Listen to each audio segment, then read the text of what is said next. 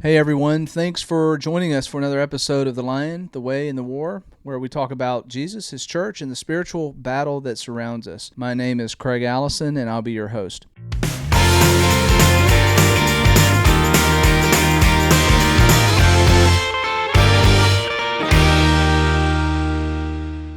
Okay, joining me today is Brandon Bonner, and I am excited to talk to him because he is still part of the Christian Student Center after spending the last several years as one of our student ambassadors. However, you are going to be graduating in a few weeks, not walking, but technically graduating. You've got a job lined up at TVA, I believe, about to get married in just a few short days. And so your journey is one that I want to highlight with the next several guests because it speaks to the power of building relationships with people and what can become this ripple type effect. So what have you been up to lately, Brandon? Well, school's all online right now, so a lot of schoolwork. Work is also, they're making us work from home. I'm an intern at TVA, so that's how I've got lined up to get a full-time job there. And then, of course, wedding plans have just been shifted completely. So very spur-of-the-moment planning and getting ready for being married and graduating college and starting full-time employment.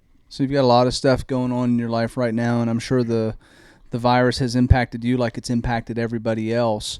So what are the major impacts that you've noticed over the last couple of weeks with the virus and your future plans to be married and work and all that?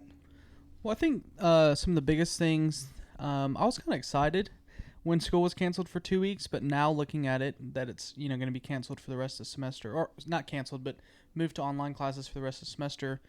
It's really difficult because there's a lot of people that I'll get to see again, but it's just weird. My senior year was just cut very short, so I guess that was a big impact. Another big impact would be work. I haven't really worked from home that much before, and to transition fully from working from home is a challenge because there's a lot of distractions. There's a lot of, it's just weird being in a different environment. And then, of course, wedding plans, just because of the shelter-in-place orders, we can't have a wedding over 10 people. So, we had to postpone our ceremony till August, and now we're having a very small ceremony Saturday. Yeah, as I'm talking to more and more people, and you're really not having an appreciation for just how big of an impact this has had on your age group. Marriage plans. I mean, that's a huge, like one of the biggest things you do in your life, and graduating from college is right there with it. And all of a sudden, these two major milestones in your life have been completely, I don't want to say wrecked, but I mean, I can't imagine. I mean, if I'm thinking back to when I graduated and somebody, all of us, I put all that work in, and then they're like, well, guess what? We can't walk because of this. And I know some people don't care to walk, and that's not a big deal. But, just the whole pomp and circumstance and having your family there and congratulating you, that's a big deal. And I say all this to say that I really haven't observed your age, your demographic, and the ones I've talked to is just you're taking it in stride. And I don't know, maybe you're just faking it really well, or it really is just like, you know what, I have no control over this, and whatever happens. I mean, do you care to explain that to me from your like generation, like what your I'm struggling with the words here, but basically your outlook, your whole demeanor on it is, to me, it's impressive. Well, I think a big piece of it, well, first off, it is very unfortunate, and I think that I'm upset that I'm not able to walk. UTC is allowing us to walk in August, so it's not necessarily, it's not canceled. I'm just moved back till August, so it's not the end of the world for me. I guess the biggest piece of it was the wedding. Lexi and I have been planning our wedding for about 2 years, and you've been a part of that process quite a bit. And just to plan and put so much effort and time and money into a day to celebrate our lives together for a virus to come along and start in December, and then a couple months later, like the whole world's shutting down, and the United States is shutting the economy down, and we can't even gather more than 10. I mean, I have a close family that I'd love to share this day with us, and now it's postponed. So it is unfortunate. It's been hard for us, and I think that we're just trying to look forward and say, well, it's not necessarily canceled. It's just pushed a little further back. That planning isn't necessarily all gone to waste. It's just moved slightly. I've got some Kleenex right over there. Do you need? I thought you were getting choked up a little bit there. No. But, okay, so I want to move on a little bit. Tell me, how did you come to learn about the Christian Student Center? How did all of that materialize? So I have a little bit different story than most people coming to the Student Center. I actually went to high school with Harrison, which is Craig's son, and we met our junior year of high school. Well, we met freshman year, but we started becoming friends junior year of high school. Started getting pretty close. He invited me to come over to the house, and we'd hang out with a few of our friends, and just started to develop a really good bond and strong relationship. And then he invited me to come to church. So I would come on Saturday night, spend the night, get up, go to church, and same on Wednesdays. Wednesdays after school, would come over to the house, eat dinner, and then go to church. So that's kind of started me going to Central. And to be honest, the real reason that I kept coming back to Central was just the food. You guys fed me really well. Zaxby's was the one meal that I remember. And we never eat Zaxby's. That's you remember that, but we never, like, literally that was the only time we stopped and got Zaxby's. Yeah, I just remember Harrison going, "Do you want some Zaxby's after school?" And I was like, "Yeah, I'll eat some Zaxby's." And then he's like, "We're also going to church." And I was like, "Well, that's fine. I guess I can do that too, but Zaxby's is real good." But my youth minister at the time was Cody Harrington, which was a student director. I think he was in his junior year. And it was his first year being a youth minister. Is that correct? Yeah, I think so. He was doing some internship for Central Church of Christ at the time. So we started to develop a really good relationship, and Cody was at your house a lot, and Cody was encouraging me and Harrison to attend devotionals and stuff at the Student Center a lot. So I found myself watching these college kids and their enthusiasm and their relationships they had with each other at this building that I thought was just some weird frat house when I first saw it, and then came in and saw all these people having these Bible studies and these relationships being built, and found myself wanting that when I got to college. So I went through my senior year. My faith journey really didn't start. I guess the difficult part for me didn't start until college started. So senior year was just kind of a breeze for me, faith-wise. I wasn't really in the game, I guess you can say. Mm-hmm. And freshman year, it was no option. I was coming to the Student Center. But I remember sitting in one of my first, I think it was anthropology classes, and the guy got up there and basically said, Christian thought and Christianity is good to have, but it's not really true. Here's how we actually got here, and so forth, and started explaining the theory of evolution. And then I remember coming to talk to you and saying, what do you think about this? Because this is a guy with a PhD. Obviously, he's pretty smart, saying this to all these students that are in college. And then that kind of started our Bible study. Okay. So thinking back, all of the experience that you've gone through these past 4 years, what was it that made the biggest impact on you? Well, I would say biggest impact, there's two things that come to mind. I think that first Bible study was a big impact. A lot of questions that I had, I never even thought that I had, started to come up, and we would talk through those and find scripture and search the scriptures, and that was a good experience for me. But another huge piece was definitely relationships. I mean, the people at the Student Center that I was surrounded by were intentional, and they truly cared about where I was going, what direction I was going. And seeing that type of leadership and seeing that type of dedication to one's faith and to others' faith really made me want to become a student ambassador and serve others and be a servant. So I guess the biggest impact was personal Bible studies and then relationships. Okay. So how do you think that your view of Christianity, as opposed to someone who like myself, was raised in the church, and it's always been part of our lives. And for you coming into it as a high school student, and it never really being a thing for you, the difference there in your viewpoint on spirituality, on Christ, on what He means to you versus a person like myself that's been raised in the church.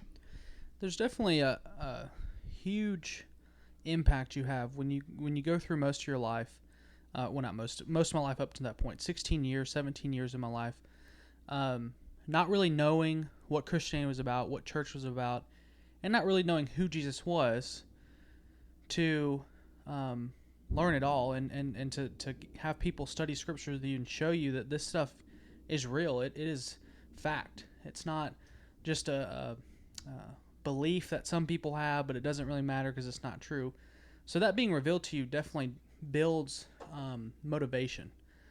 One thing that was different for me, I came to Central, never went to church prior to going to Central. So the Church of Christ doctrine was something that I was exposed to, and it was the only thing I was exposed to. I didn't know that there was other stuff out there. And that's kind of where Lexi and I crossed paths. Is she went to a non-denominational church. I believe they consider themselves non-denominational, but very contemporary. Had worship band and lights and huge. I mean, we're talking 400 or 500 people at that time. Now they're looking closer to 1,000 people. So huge church, growing youth program. I mean, they had their own youth building. It was just extremely different scenery, different environment. So when I first started going to her church, just visiting, it was a huge shock for me because I was like, well, there's this very traditional church, which seemed like, just an old way of thinking versus new, modern, fresh, young Christianity is how I first thought about it. So that was a big struggle to start to, why do we do things the way we do them? Yeah, and that, if I remember correctly, that caused some contentions between you and Lexi and put a strain on the relationship because, you were having the questions and she was coming from a standpoint, which, by the way, I was going to get into this later. I'm actually going to be talking to Lexi. She's my next podcast. So, we're going to kind of have a continuation of our discussion right now and get her, get the other side of it, her viewpoint and her transition into it. So, that caused some issues between the two of you, did it not? It did. At first we had some discussions and they weren't that bad, but then questions, as we grew our relationship together, questions started to come up like, well, if this were to last longer, what are we going to split the household? You're going to go to church, one church on Sunday, I'm going to go to a different one. And then questions started to come up like, well, why don't you use instruments in the church? And to be honest, I was ignorant on it. I didn't know why we didn't. I just said, well, because that's what the Bible says. And she'd say, well, where does it say that? And I'm like, I don't know, but I heard them talk about it in church, and it's just there somewhere. Or, other issues would come up too, and I could just never go to the scriptures and say, look, this is what it says. And we could never have conversations about it because I didn't know. I didn't know where it was. I didn't know if it was there. I was just trying to fight something that I didn't have any scriptural evidence for. Yeah.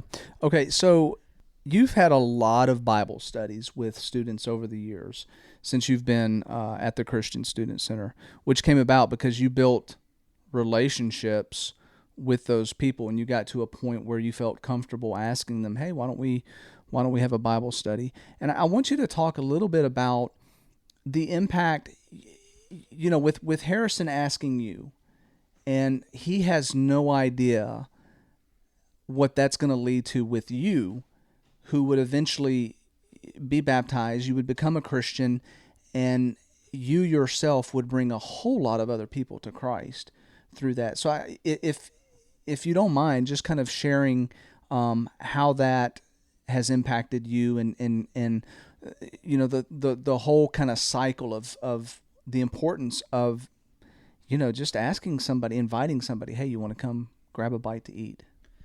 Well, I think what was huge about it is Harrison never came up to me and said, hey, Brandon, I noticed that you're not a Christian. You should become one. Come to church with me. It was very much, we eased into it, and he invited me to do stuff that that would allow us to develop a relationship. And then he would say, hey, come to church.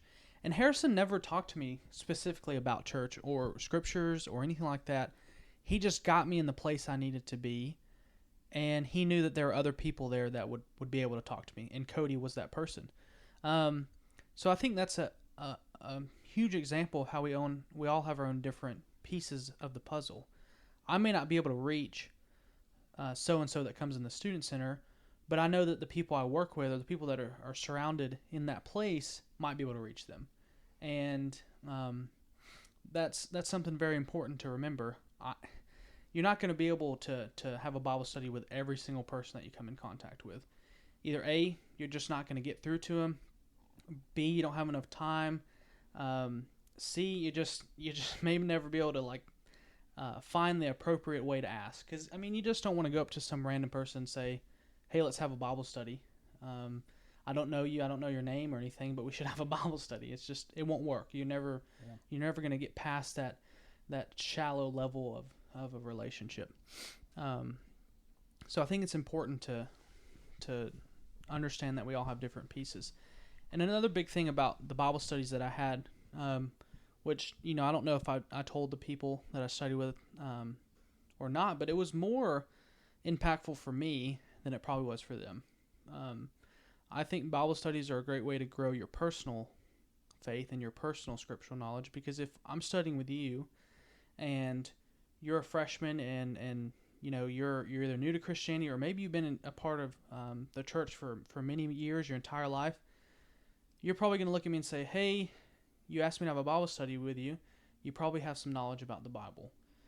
Or you probably know what you're talking about. And if you just go into this study blind and you have no idea, then it may not work in your favor. It may not go well. So I think it's important to obviously study yourself. So that was how I jump-started me studying in the scriptures.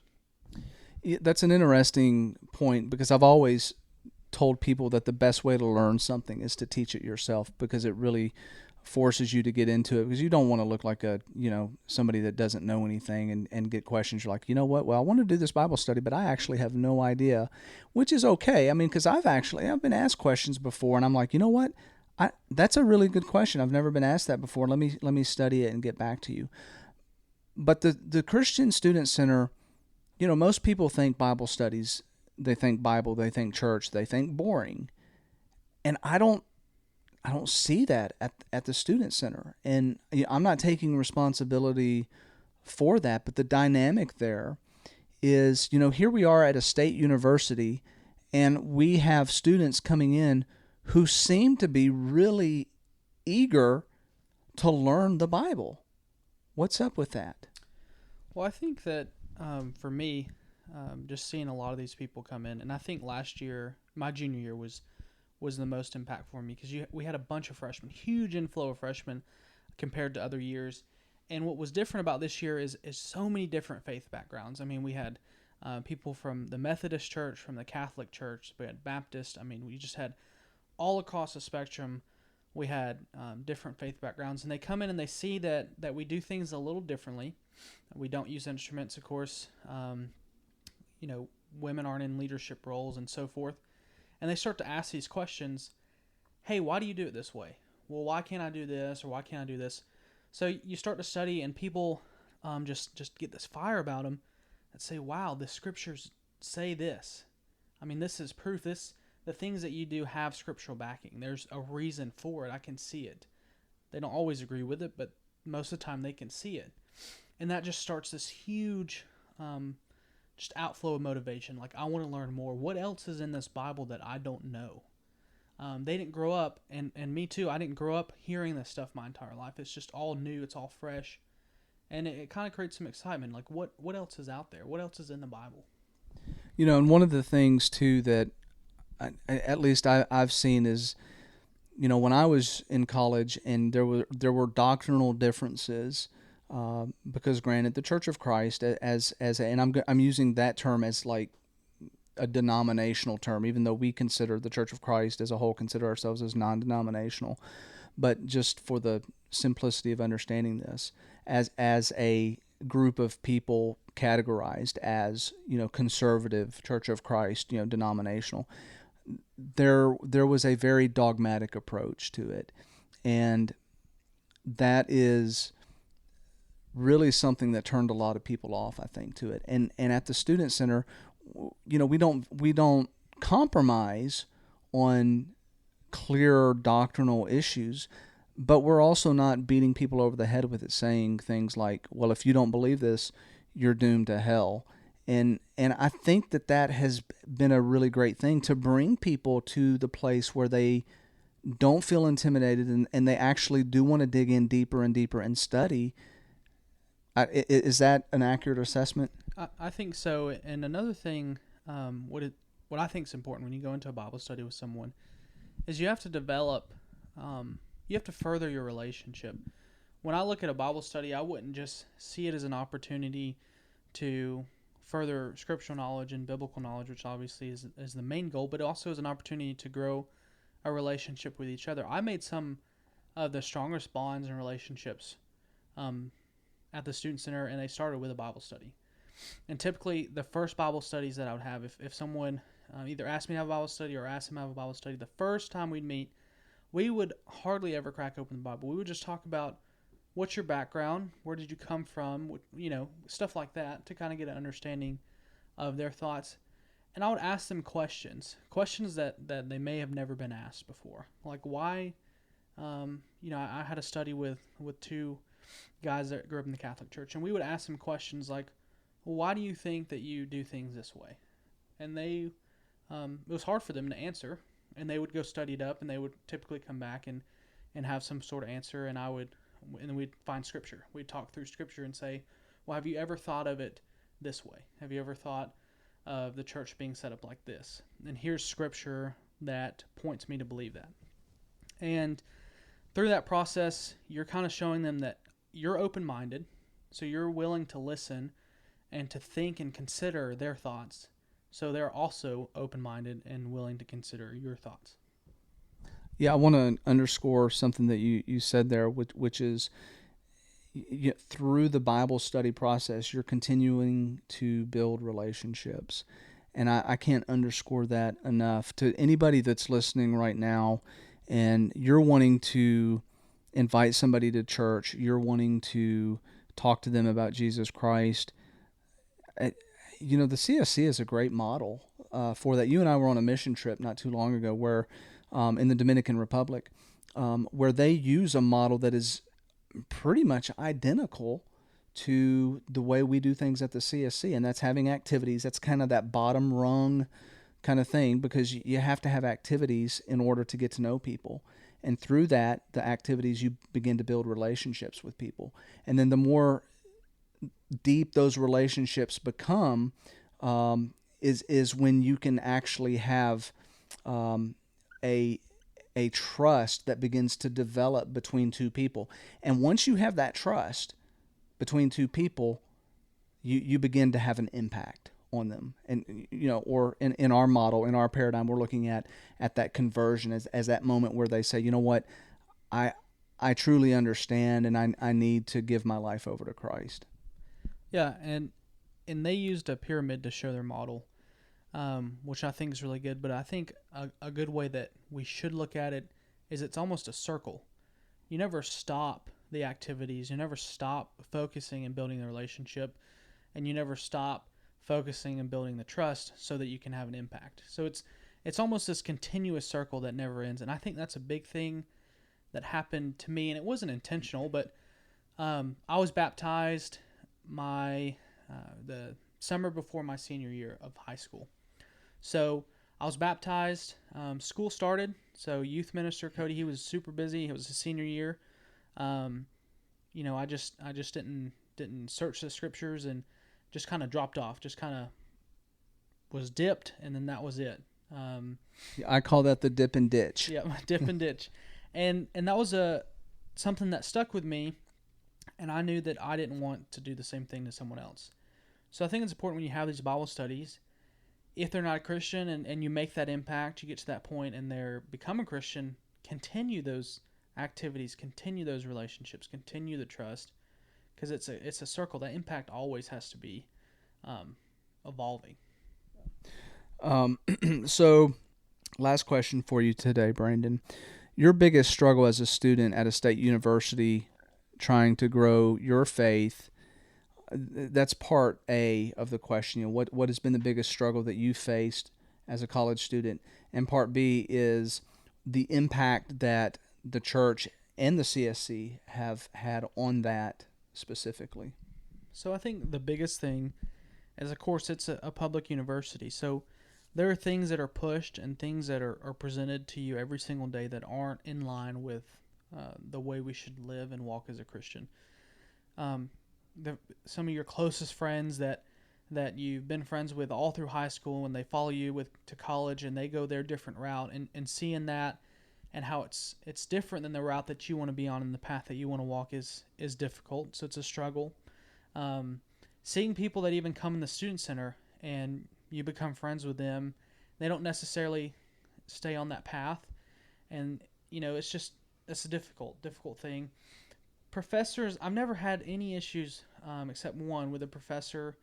Most of the professors that I've had, some of them actually have been Christians, and we've had some conversations about Christianity, which was awesome. But there was almost this slight fear that I had. I didn't want to make it too obvious that I was a Christian, because I didn't want to step on someone's toes, or I didn't want to hurt someone's feelings or whatever. And I think that's just the wrong way to go about it. Looking back, I think it's okay to be bold as a Christian on a public campus, and I think it's okay to show your beliefs and what you believe in. And that kind of leads in the biggest impact the church and the student center had. It enabled me to be bolder in my Christianity, enabled me to grow stronger. And when I fell into those temptations or fell into those struggles and saw things that I wanted to do to live the quote unquote the college life, I had a church and a group of Christians to fall back on. I had mentors to look at to the church and talk to that were older than me, and then I had peers, people that are the same age as me, to rely on and talk through some of the issues that I was going through. Appreciate that, Brandon. That's a great answer, and highlights the importance of our community, our family as a church. Absolutely. So next week, you kind of stole my thunder earlier on. I'm going to be talking to Lexi, who, like yourself, came to Christianity through, I would say, kind of an unconventional way. She later on, she wasn't raised in the church or anything like that. So this is kind of part A of an interview that I want to continue the discussion with her, which will be part B, and wrap that up, how the two of you finally came together. And I don't know what your availability is, but I may want to have you pop in at the end of that, and maybe you guys discussing the next step as a married couple going forward with your Christianity. So Brandon, thank you for sharing some personal stuff with me today. I appreciate that. All right, so hopefully you'll join in next week for another episode of The Lion, the Way, and the War. And I think you'll be pleased with the interview we're going to have with Lexi. I think it'll be an enlightening discussion. Final words, Titus chapter 2, 11 and 12. For the grace of God has appeared, bringing salvation for all people, training us to renounce ungodliness and worldly passions, and to live self-controlled, upright, and godly lives in the present age. Folks, be kind to each other and keep God first. Until next week, have a blessed day.